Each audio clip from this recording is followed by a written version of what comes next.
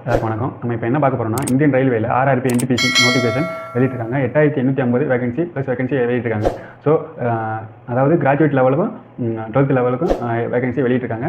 So என்னென்ன posting, என்ன eligibility, age limit என்ன, எவ்வளோ ஃபீஸு, இது அப்ளை டேட் எப்போ, ஸோ இதெல்லாம் பார்க்க போகிறோம். நம்ம வீடியோவை ஸ்கிப் பண்ண பாருங்கள். ஸோ இப்போ ஃபஸ்ட்டு போஸ்டிங் நம்ம என்னென்ன போஸ்டிங்கும் பார்த்தோம். இப்போ கிராஜுவேட் லெவல் போஸ்டிங் நம்ம பார்க்க போகிறோம். கிராஜுவேட் லெவல் போஸ்டிங் என்னென்னா station master and goods train manager and traffic assistant and chief commercial ticket supervisor, junior account assistant, senior clerk. So இதுக்கெலாம் ஒரு 5000 வேகன்சி, மொத்தம் 5000 வேகன்சி வெளியிட்டிருக்காங்க.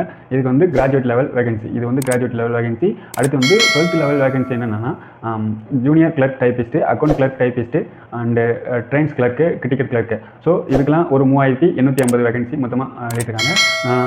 நான் சொல்கிறது அப்படியே சைடில் நோட்டிஃபிகேஷன் ஷோ ஆகும். ஸோ அதில் நம்ம டீட்டெயிலாக பார்த்துக்கிறேங்க, ஓகேவா? ஸோ இப்போ ஏஜ் லிமிட் என்னென்னா, கிராஜுவேட் லெவலுக்கு 18 to normal eligibility 18 to 36 graduate லெவலுக்கு. அதே 12th லெவலுக்கு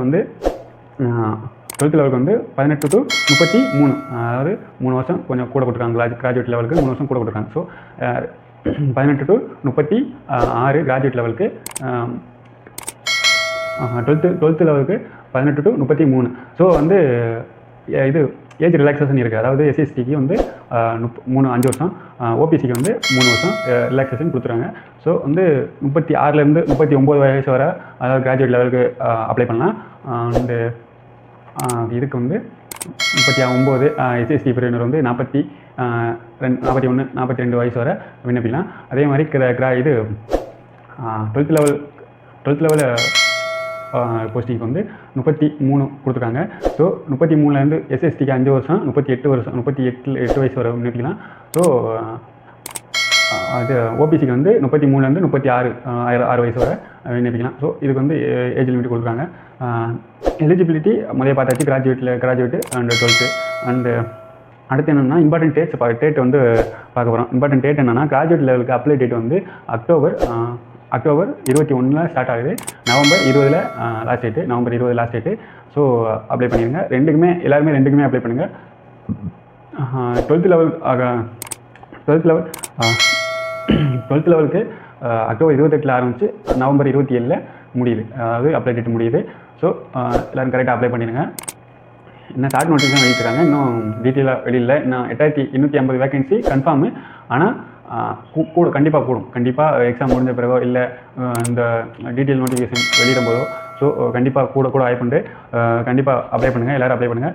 இப்போ நம்ம இதுக்கு NCERT புக்கு நம்ம படிக்கணும். அது நம்ம புக்கு நமக்கு நம்ம தமிழ்நாட்டில் ஸ்டேட் லெவல் புக்கு தான் கிடைக்கும். ஸோ அது நமக்கு கிடைக்க வாய்ப்பு இல்லை. எப்பயாவது CBSE ஸ்கூலில் வாங்கினா தான் உண்டு. ஸோ நான் என்ன ஒரு வழி சொல்கிறேன்னா, நம்ம செல்ஃபோன்லேயே நம்ம CBSE புக்கு தமிழ் மீடியத்தை டவுன்லோட் பண்ணிக்கலாம். எப்படின்னா, இது கர்நாடகா டெக்ஸ்ட் புக்குன்னு நம்ம க்ரோமில் சர்ச் பண்ணணும். சர்ச் பண்ணும்போது ஃபஸ்ட் லிங்க் வரும்.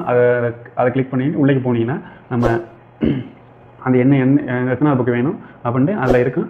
ஸோ எத்தனாவதுனா, இப்போ 6வதுல என்ன மீடியம், அதாவது தமிழ் மீடியமா, இங்கிலீஷ் மீடியமா, ஹிந்தியா, கன்னடமா, இதெல்லாம் அந்த ஒரு எல்லா புக்குமே இருக்கும். ஸோ நம்ம தமிழ் புக்குன்னு, தமிழ் மீடியம்னு நம்ம கிளிக் பண்ணோம்னா அந்த புக்கை நம்ம டவுன்லோட் பண்ணி நம்ம படிக்கலாம். ஸோ இது யாருமே யாருக்கும் தெரிய வாய்ப்பில்லை. ஸோ நான் ஒரு முறை இப்படி தான் டெவலப் பண்ணி வச்சுருந்தேன். ஆனால் இப்போ என்கிட்ட இல்லை, அதாவது ஸ்டோரேஜ் கம்மியாக இது ஃபுல்லாகவும் நான் கொஞ்சம் இது பண்ணிட்டேன், டெலிட் பண்ணிட்டேன்.